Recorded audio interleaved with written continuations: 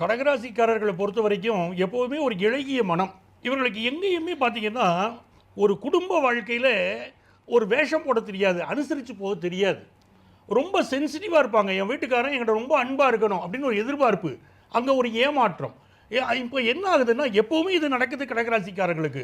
ரொம்ப நேர்மையாக பேசுவது.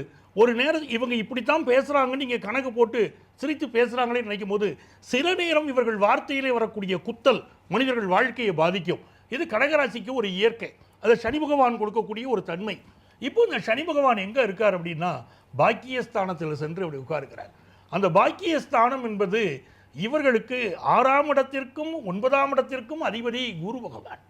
அந்த குரு பகவானுடைய ஸ்தானத்தில் போய் சனி பகவான் இருக்கிறார் அப்படிங்கிற போது, இது நாள் வரை இருந்த நோய் நொடிகள் தீர்வதற்கு இந்த காலம் வழிவகுக்கும். அது ஒரு யோகம் வருது.